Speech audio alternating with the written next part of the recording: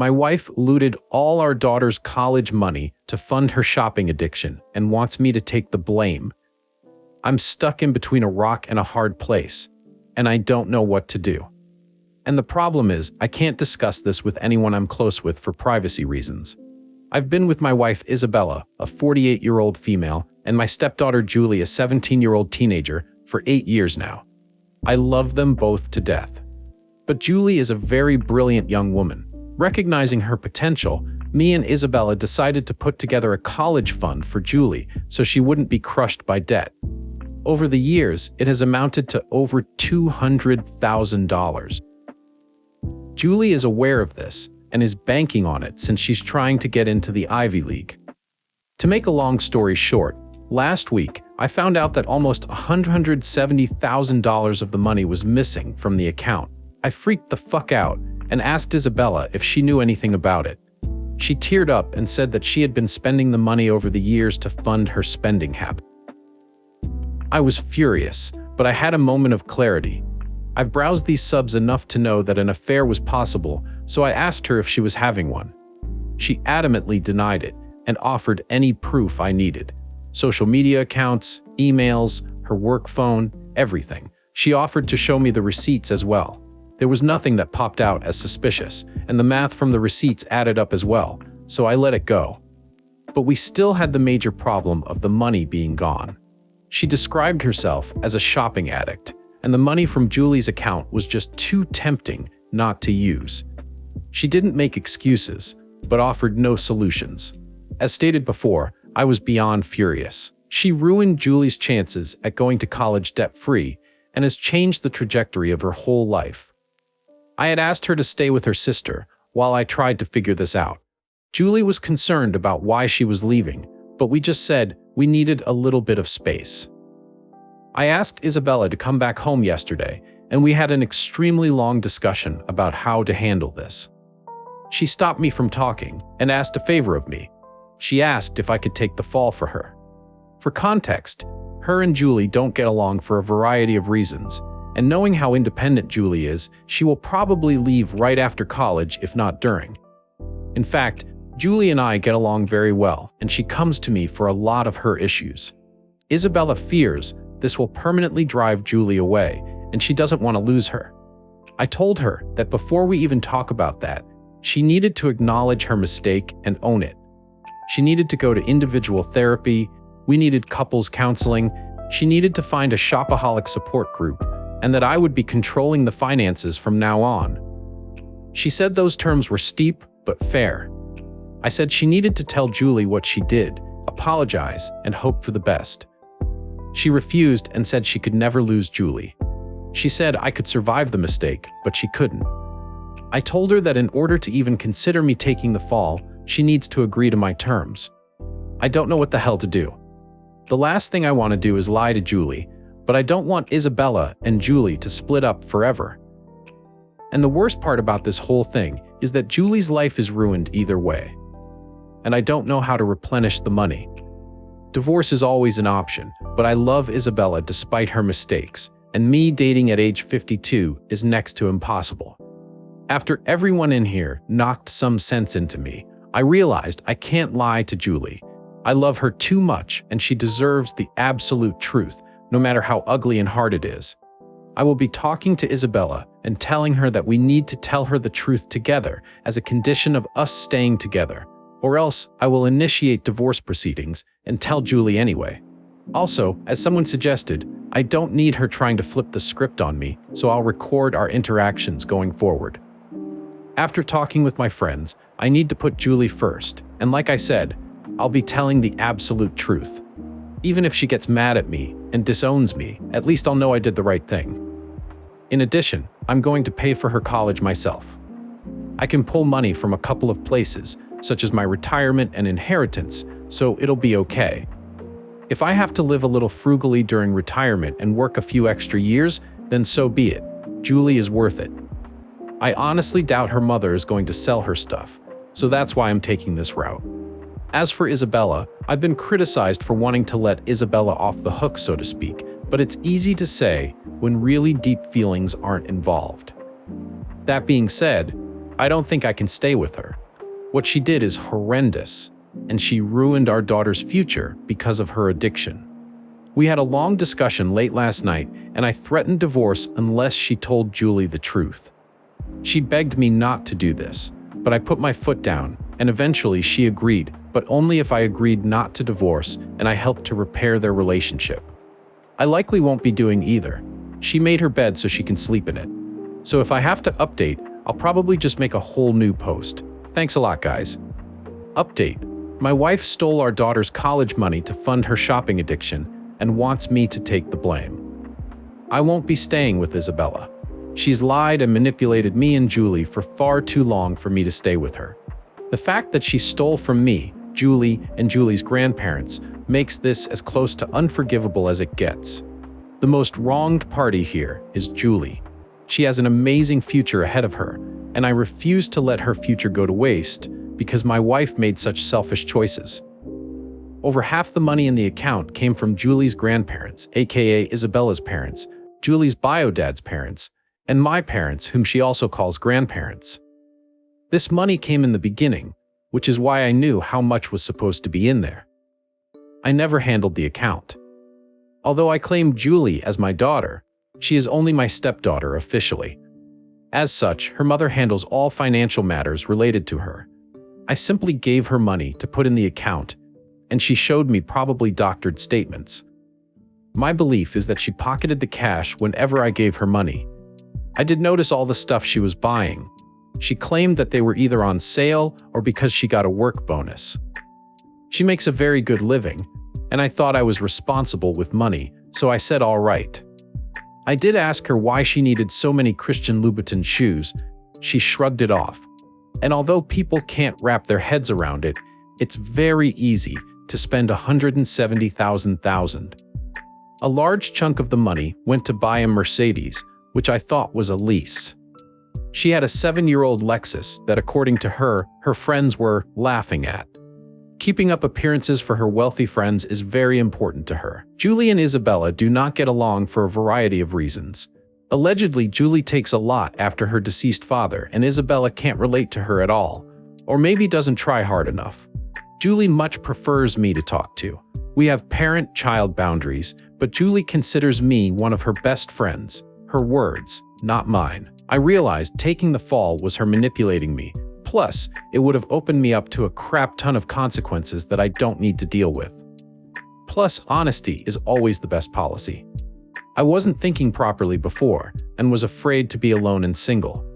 I guess I have some issues being alone that I need to address.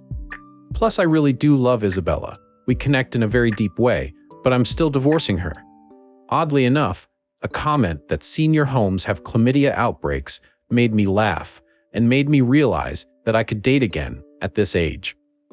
Plus, you guys gave me some very nice compliments, so thank you for those. After my final update on the original post, I talked to Isabella deep into the night. She went back and forth with me on admitting to Julie what she did. She said that she or even both of us could get loans and take care of the money then.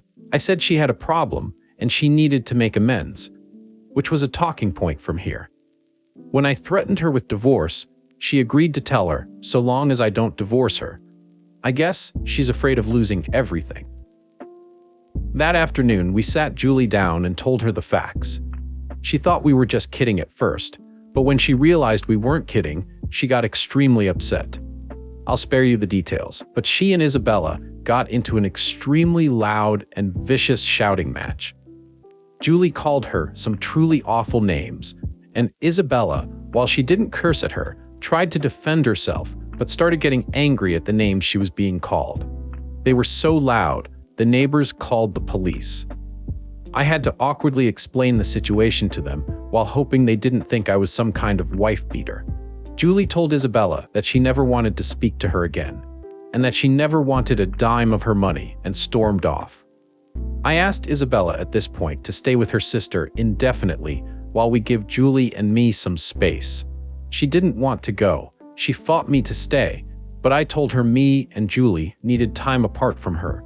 So she packed her stuff and went to her sister's house. As for Julie, she went to her room and locked the door. She let me in after I told her that her mother had left. She cried in my arms and expressed that her future was now ruined. I told her it wasn't, that I would cover her college from my retirement, and that I would make it right. She doesn't exactly know what a 401k is yet, but she told me that she doesn't want me to work until I'm 90, like the people at Walmart, just because of her. I just told her she's worth it, and that you do stupid things for the people you love. She said that she would start looking for scholarships and maybe other schools where she could get a full ride, since she has excellent grades and extracurricular activities. I then admitted Isabella wanted me to take the fall for her, and that I had considered it, but I came to my senses. She got upset with me and told me that would have been the stupidest thing I could have done. She said she wouldn't have believed I did it anyway, and it only would have made her more upset at her mother. She told me that she doesn't blame me and that she's not mad at me for the money being gone, but she is mad that I'd want to cover for her mother. I apologized for that. We talked and cuddled for a while longer before calling it a night. The next morning, I get a call from Isabella's parents asking if the story was true. Julie had told them the story, and they were calling to confirm. I had the voice recordings and bank statement to prove it. They were livid, but begged me not to leave Isabella for this, and to try and help her through her addiction. I told them I wasn't sure about that yet and hung up. A while later, my parents called and asked me about it. I confirmed. They were probably more mad than Julie was, all things considered. They're threatening to press charges. I told them to calm down and that I would handle it. Julie is doing okay. She's still a little shell-shocked, but she seems to be taking it as well as one could hope for. I made her pancakes this morning, and that seemed to brighten her mood a bit. I asked her if she wants to do therapy. She said she'll think about it. I will be doing therapy for myself. Isabella has been calling to talk, but I'm just letting it ring, so she's leaving voicemail. She's offering anything to make it right. Money, sex, favors, you name it. But it's not going to work. I feel horrible for Julie, and especially so close to Christmas. I think I'm going to get her Billie Eilish tickets, since that's her god. It won't make up for it at all, but it could go a long way to helping her feel better. So that's it for now. I guess I'll update if anything further happens, but I think this is pretty much it. Thanks all. You've been a tremendous help. I forgot to add, I watch my credit like a hawk, so there was nothing suspicious there, but it's going to be locked. I'll be going to my accountant next week to have Isabella removed from everything meaningful. Life insurance, will, bank accounts, etc. And I'll be adding Julie. I've started changing passwords and the like so Isabella doesn't have access. I'm stringing Isabella along with non-divorce until my accounts are secure. Also, from what I can tell, Julie's credit is okay, but I'll be doing a deep scan and locking that as well. I can't believe I have to say this, but there's a few people saying it's creepy that I'm cuddling with my daughter. If sitting together with her crying on my shoulder and us talking is considered creepy, then sure, I'm creepy. Leave it to the internet to make things weird, I guess. And no, I don't think I'm some hero. I'm just trying to do the right thing. It's been a long time since I've been here. A lot has happened, and truth be told, I haven't had the time to post an update here, but I finally have a quiet moment to give you an update. First, I want to thank everyone here for helping me at such a pivotal time in my life. After rereading my original threads, I can't believe how indecisive and weak I came off in them. The prospect of my marriage ending and dying alone really kind of shook me to my core, and thus made me come off that way. I started therapy, and it made me realize that being single wasn't the worst thing that could happen to me. In fact, I've turned my loneliness into solitude and have taken the time to work on myself. And if that last sentence didn't tip you off, then let me be the first to tell you that I'm single now. Me and Isabella are legally separated and currently in divorce mediation. Unfortunately, Isabella is still very much in denial and is trying everything she can to get me back, including delaying the divorce as much as possible so that we can work on our marriage. She claims that she's begun seeing a therapist who's helped her see the problem she has and has gotten her on the path to recovery.